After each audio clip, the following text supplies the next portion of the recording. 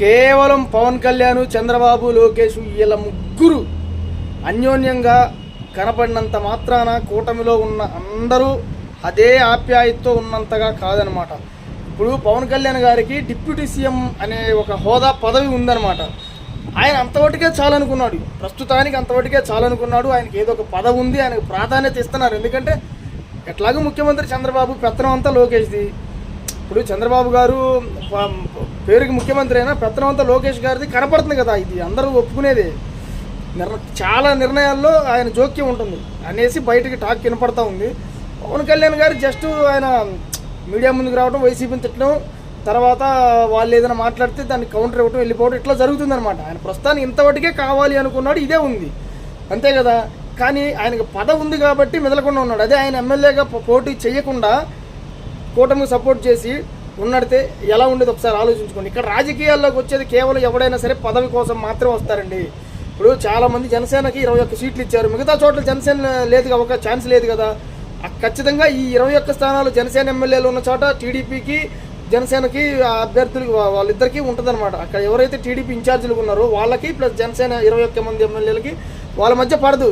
ఎక్కడ దాకా ఎందుకండి, అక్కడ సాక్షాత్తు వర్మకి, ఎస్వీఎస్ వర్మకి పడట్లేదు కదా, పిఠాపురం వర్మకి పవన్ కళ్యాణ్ గారికి పట్టలేదు కదా. మరి మిగతా వాళ్ళకి ఎట్టబడిద్దండి? ఆడే వాళ్ళిద్దరికి పడకపోతే మిగతా వాళ్ళకి పడిద్దా? అన్ని చోట్ల ఇదే పరిస్థితి. జనసేన 21 మంది ఎమ్మెల్యేలు ఉన్న చోట కాకుండా టీడీపీ ఎమ్మెల్యేలు ఉన్నారు చూసారా, అక్కడ టీడీపీ ఎమ్మెల్యేలతోటి ప్లస్ జనసేన బీజేపీ ఇన్ఛార్జీలు ఉంటారే వాళ్ళకి మధ్య పడదు అంతే. మరి ఇప్పుడు ముగ్గురు ఉన్నారు, కూటమి అంటే ముగ్గురు. ఆ ముగ్గురులో ఒక్కరికి మాత్రం అవకాశం వచ్చి మిగతా వాళ్ళకి రాకపోతే మరి వాళ్ళకు రాని వాళ్ళకి ఉండిద్ది కదా. అసలు ఎట్టి పరిస్థితుల్లో ఆ ఎమ్మెల్యేలు సపోర్ట్ చేసే పరిస్థితి ఉండదు, దూరం ఉంటానే ఉంటుంది, గ్యాప్ అనేది ఖచ్చితంగా ఉండిద్ది. ఇక్కడ మామూలుగా అయితే పెద్ద నాయకుడు కదా పవన్ కళ్యాణ్ గారు. పవన్ కళ్యాణ్ గారు ఉన్న నియోజకవర్గంలోనే అక్కడ వర్మ సపోర్టు వాళ్ళిద్దరికి మధ్య పడట్లేదంటే నాగబాబు గారు కర్మ కూడా అన్నారు కదా, చూసారు, విన్నారు కదా అందరూ. అక్కడే పడట్లా జనసేనకి, టీడీపీకి. సాక్షాత్ పవన్ కళ్యాణ్ గారి నియోజకవర్గంలోనే మిగతా చోట్ల ఎట్లా పడిద్ది? ఎట్టి పరిస్థితుల్లో ఇదంతా పవన్ కళ్యాణ్ గారు, లోకేష్ గారు, చంద్రబాబు గారు ఆ ముగ్గురు వాటేసుకొని పవన్ కళ్యాణ్ గారు, లోకేష్ గారు వాటేసుకున్నంత మాత్రాన మిగతా అన్ని చోట్ల కూడా అదే విధంగా ఉంటుంది అని అనుకోవడం పిచ్చి భ్రమ. కానీ ఎవ్వరు రాజకీయాల్లోకి వచ్చినా సరే కేవలం పదవి కోసం మాత్రమే రాజకీయాల్లోకి వస్తారు. పదవి ఆశించకుండా రాజకీయాలకు వచ్చి డబ్బులు ఖర్చు పెట్టి పనిచేసి ఆస్తులు అమ్మేసి అది ఎవరు చెయ్యడు, ఇంపాసిబుల్ అండి అది. పవన్ కళ్యాణ్ గారు ప్రస్తుతానికి డిప్యూటీ సీఎం పదవి చాలు అనుకొని ఉన్నారు కాబట్టి కూటమి కొనసాగుతుంది. ఎప్పుడైతే ఆయన సీఎం రేసులోకి వస్తాడో, నాకు కూడా ముఖ్యమంత్రి కుర్చీలో వాటా కావాలి అంటాడో, లేదంటే మీకు ఒకసారి సపోర్ట్ చేశాను కాబట్టి నాకు కూడా సపోర్ట్ చేయండి అని ఎప్పుడైతే ఆయన పదవికి అడ్డం తిరుగుతాడో ఖచ్చితంగా చంద్రబాబు గారి మధ్య, పవన్ కళ్యాణ్ గారి మధ్య, లోకేష్ గారి మధ్య, వీళ్ళ మధ్య ఖచ్చితంగా వైరం అనేది వచ్చేసిద్ది అనమాట.